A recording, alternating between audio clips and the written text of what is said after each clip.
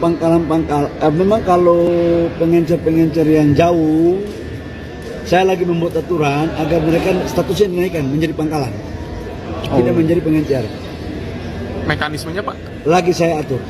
Artinya pengecer yang ada di komplek perumahan itu juga akan berubah statusnya? Berpotensi bisa kita rubah untuk menjadi pangkalan, selama sesuai dengan apa yang menjadi syarat mutlak dalam proses administrasi.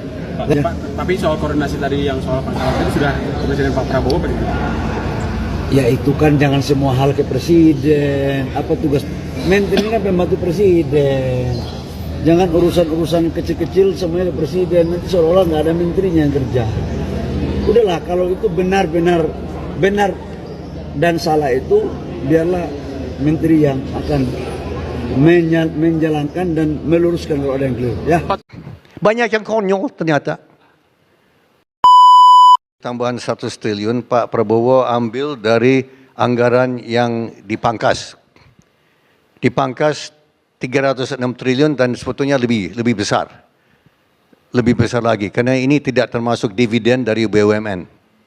Ini tidak termasuk dividen dari BUMN.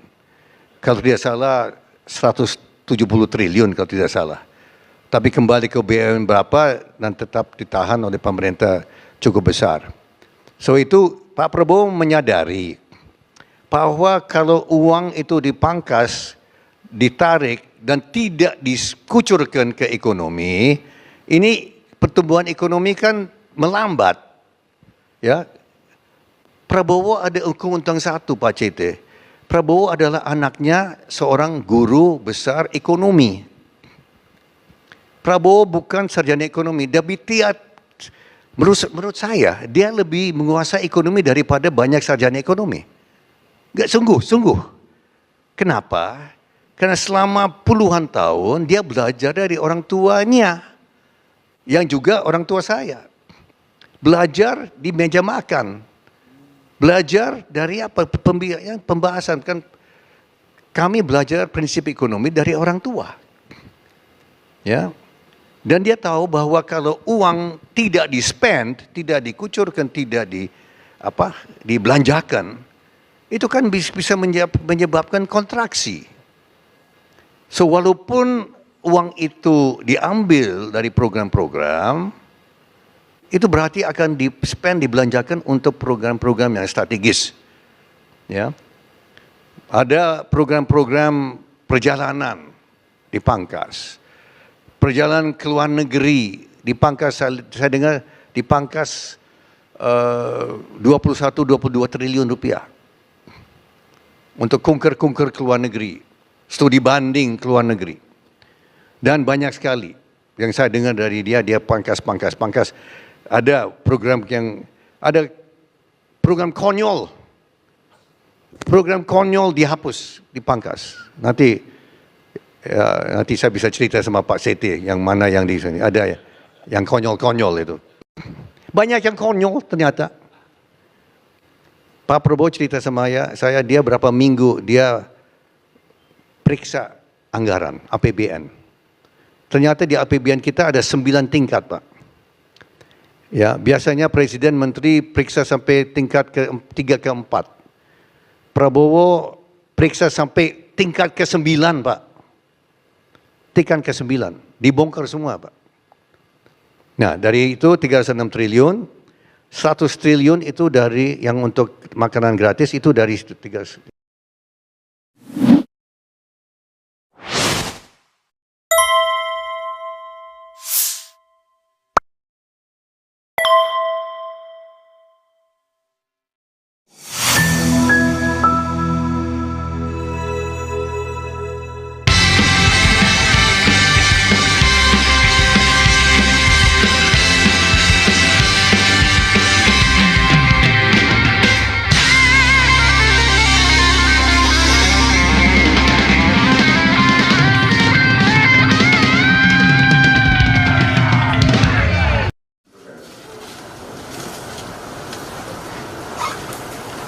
Bukan saya ingin mencampuri pekerjaannya kementerian-kementerian, tidak.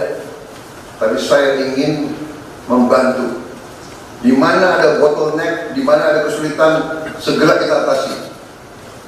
Marilah kita jujur mengakui bahwa birokrasi di kita sangat terkenal. Sangat terkenal.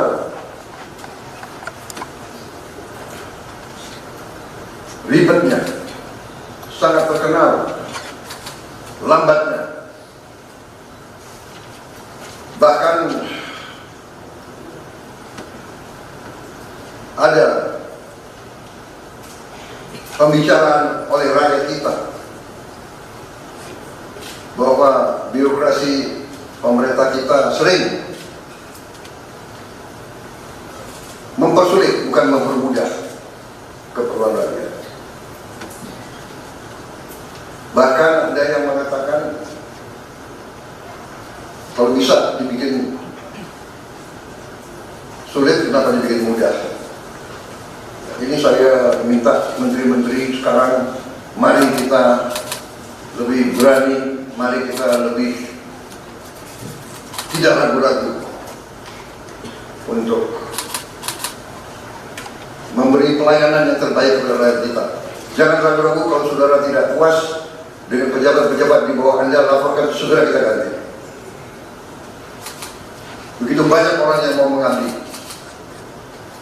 Tidak ada orang di sini yang kebal, yang tidak patuh, tidak bekerja keras untuk bangsa dan negara dan rakyat. Saudara saya beri wewenang, copot segera. Suruh tinggal di rumah aja,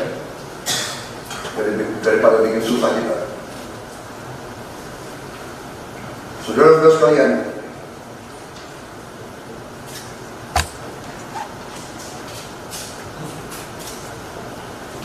saya kira dalam waktu dekat saudara-saudara akan segera menyiapkan program kerja saudara masing-masing. Saya beri kesempatan segera, dan sewaktu-waktu terus saya akan panggil koordinasi. Tadi pagi sebelum sidang kabinet saya sudah koordinasi sama beberapa menteri, dengan Jaksa Agung, dengan BPKP, dan besok pun kita akan lanjutkan.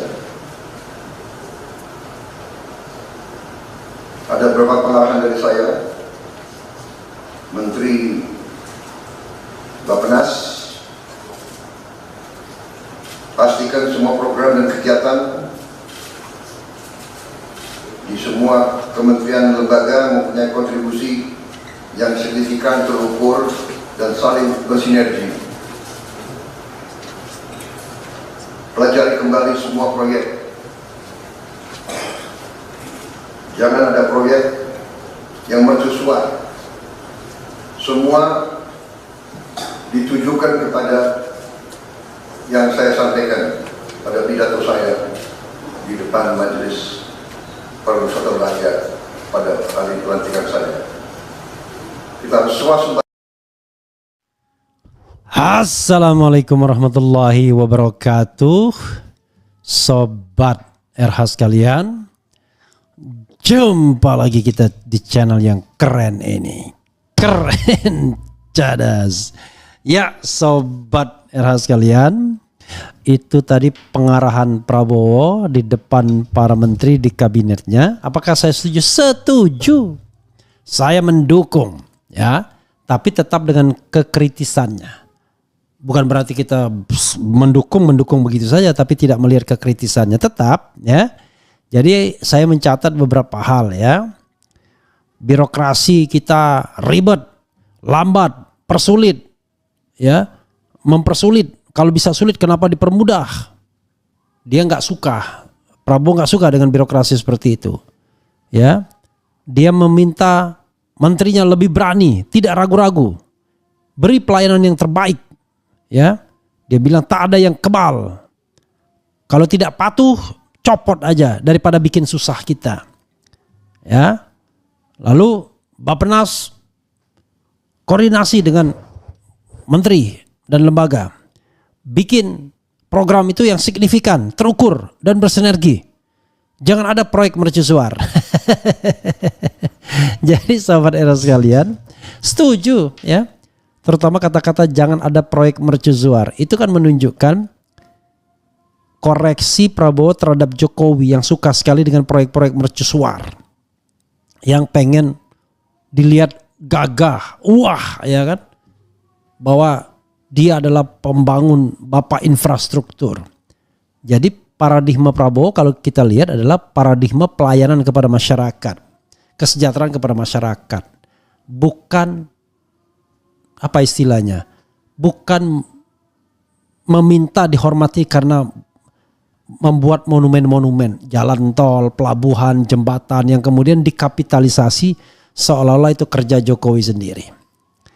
Nah, kalau birokrasi dimuluskan saja udah lumayan, Pak, ya, Pak Presiden. Kalau birokrasi itu melayani udah lumayan. Tapi sayang tadi kenapa nggak dibilang? Ini kan saya dapat potongan video ya, tapi tidak mendengarkan bagian lainnya. Mudah-mudahan pada bagian lain dia bilang soal korupsi.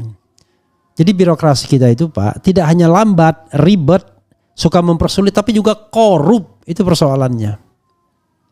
Dan korupsi itu tidak hanya soal gaji. Yang sudah besar gajinya pun korup. Itu persoalan. Dan korupsi itu kadang-kadang tidak hanya di-trigger oleh birokrasi, tapi oleh menteri-menteri Bapak sendiri. Ketika pengalaman pada masa pemerintahan Presiden Jokowi pasti tahulah menteri yang main kan? Siapa menteri yang main? Siapa menteri yang korup, ya kan? Nah, cuman masalahnya ya kalau Pak Prabowo terbelenggu dengan lingkaran setan seperti itu agak berat juga. Tapi sudahlah, kan jabatan presiden